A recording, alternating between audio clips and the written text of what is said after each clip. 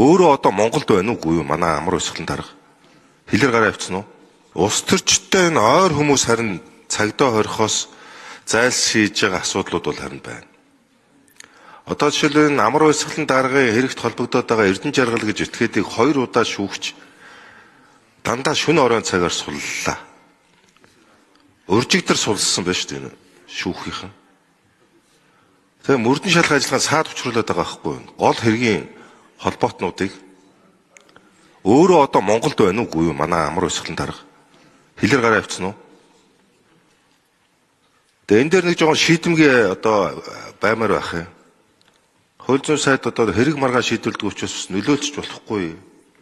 Оролцдоггүй болохоор. Тэгээ за бүрэн эрх мэрхийн асуудлыг нь ер нь оруулж ирүүл яасан. Юунаас найгаад байгаа. Төтгөл зүйлээ шалгая л та. Саад болоод байгаа бол.